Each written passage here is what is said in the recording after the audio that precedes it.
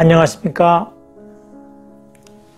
오늘은 옥이 도왕의 시신에 엎드려 죽다 라는 주제입니다. 옥이는 위나라 모후가 공주와 결혼하라 하는 제안을 거절하였습니다. 당시 재상이면서 부마였던 공손자는 옥이를 집안에 초대하였습니다. 그러면서 그의 부인인 공주에게는 자신에게 함부로 하는 모습을 보여주라고 얘기하였습니다. 그러자 옥이는 공손자의 집에 와서 공주인 공손자의 아내가 자신의 남편을 함부로 하는 모습을 보게 되었습니다. 그리하여 얼마 후에 위 무후가 옥이에게 공주와 결혼하라고 권하자 거절하게 된 것입니다. 그러자 위 무후는 옥이가 떠나지 않을까 하는 의심을 하게 되었습니다. 그러자 그 의심을 받고 옥이는 자신이 지위가 위태로움을 느끼고 결국 초나라로 떠나게 됩니다. 그것이 기원전 387년의 일입니다. 당시 그 초나라의 왕은 도왕이었습니다. 그는 인재를 갈구하고 있었는데 당시 옥이가 능력이 출중하다는 것을 이미 알고 있었습니다. 그의 명성을 알고 있었기 때문에 도왕은 옥이가 오자 그를 재상으로 임명하였습니다. 옥이는 재상이 되자 곧 개혁을 실시하였습니다. 초나라는 당시 많은 왕족들이 있었고 그들이 많은 특권을 누리고 있었습니다. 그런데 옥이는 왕족의 숫자를 줄이고 그들의 특권을 많이 없앴습니다. 그리고 거기에 비축된 자금을 병사들을 모으고 성벽을 보수하고 황무지를 개간하는 등 개혁에 사용하였습니다. 이렇게 되니까 초나라가 점점 강대하게 되었습니다. 그리하여 결국 초나라는 남쪽으로는 백어를 정복하고 북쪽으로는 진과 채를 병합하였습니다. 그리고 한, 위, 조, 삼진을 무찔렀습니다. 또한 나중에 천하를 통일하게 되는 진나라와의 전쟁에서도 대승을 거두었습니다. 이런 식으로 당시 초나라는 점점 강대국으로 변하고 있었습니다. 그러한 상황에서 기원전 381년에 도왕이 죽게 되었습니다. 그러자 옥이의 개혁 조치로 인해서 특권을 상실하게 되었던 왕족들이 반란을 일으켰습니다. 그래서 몰락했던 왕족들은 옥이를 잡고자 궁으로 쳐들어와서 옥이를 쫓아다녔습니다. 옥이는 도망치다가 도왕의 시신이 안치된 곳으로 갔습니다. 그래서 도왕의 시신에 엎어졌습니다. 그러자 옥이를 죽이고자 달려왔던 왕족들은 옥이의 몸에다가 화살을 날렸습니다. 그런데 그 화살들은 옥이의 몸에 꽂혔을 뿐만 아니라 죽은 도왕의 시신에도 꽂히게 되었습니다. 당시 초나라의 법에서는 왕의 시신을 훼손시킨 자는 처형하고 그의 가족들도 몰살한다, 삼족을 멸한다 하는 그런 조항이 있었습니다. 이는 오자서가 평왕의 시체를 파내서 그의 몸에 채찍질을 한 이후에 생겼던 법으로서 초나라에서는 왕의 시신을 훼손하는 것을 엄하게 금하고 있었습니다.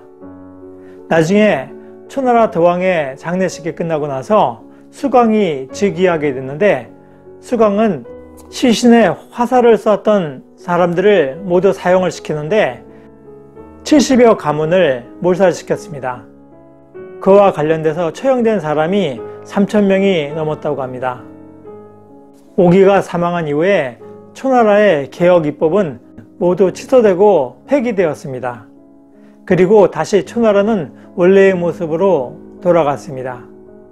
훗날 진나라에서 상황이 변법을 실시하고 상황이 처형을 당한 이후에도 상황의 변법은 계속 유지돼서 진나라를 강대국으로 만들고 나중에 천하통일의 기초가 되는 것과는 대비되는 상황이었습니다.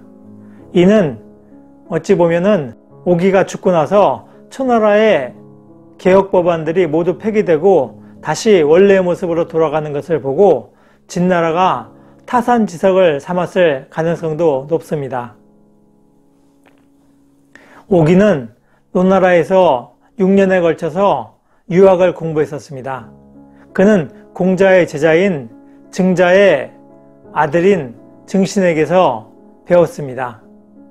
그가 어머니가 죽었다는 소식을 듣고도 고향으로 돌아가지 않자 증신은 왜 고향으로 돌아가지 않는가 하고 물었습니다. 그러자 오기는 어머니와 내가 재상이 되기 전까지는 집에 고향으로 돌아오지 않겠다 하는 약속을 했기 때문에, 맹세를 했기 때문에 고향으로 돌아가지 않습니다 하면서 다시 책을 읽고자 했습니다. 그것을 보고 효도를 중시하는 증자의 아들 증신은 오기를 파문하였습니다. 그래서 오기는 유학을 그만두고 병법을 익혀서 나중에 장군이 되죠. 오기가 노나라에서 장군이 되고자 자신의 아내를 참하였다는 그런 기록이 사마천의 사기에 있습니다. 하지만 사마천의 사기보다도 150년이나 전에 쓰여졌던 한비자라든가 여시춘추에 보게 되면은 그런 기록이 없습니다. 다만 한비자에 오기가 부인을 내쫓았다 라는 기록이 있고, 여시춘추 같은 경우에는 오기와 후성자는 성인에 가깝다 하는 호평이 오히려 적혀 있습니다. 오기가 위무후를 덕으로서 정치하라고 가다는 모습을 본다든가, 오자병법에 보게 되면 실패한 병사들마저도 그들을 용기를 북돋아서 활용하는 그런 내용을 보면은 오기가 그의 아무 죄 없는 자신의 부인을 참아했다는 내용은 아마도 과장되었을 가능성도 높다고 생각됩니다. 사실 사기에서도 노나라 사람의 얘기를 기반으로 해서 그 얘기를 썼다 하는 그런 기록이 있습니다. 그리고 한비자와 여시춘추가 쓰여진고 사마천의 사기가 쓰여진 사이에는 사실 진시황의 분서 경유가 있습니다. 그러니까 많은 문서가 소실된 것이죠. 많은 역사서적들이 없어지고 그 정보가 많이 없어진 것입니다. 그러니 오기에 대한 기록은 오기와 보다 가까운 시대를 살았던 한비자라든가 여시춘추의 기록이 보다 정확할 가능성이 높다고 생각됩니다. 노력하는 여러분의 동반자, 동반TV입니다. 감사합니다.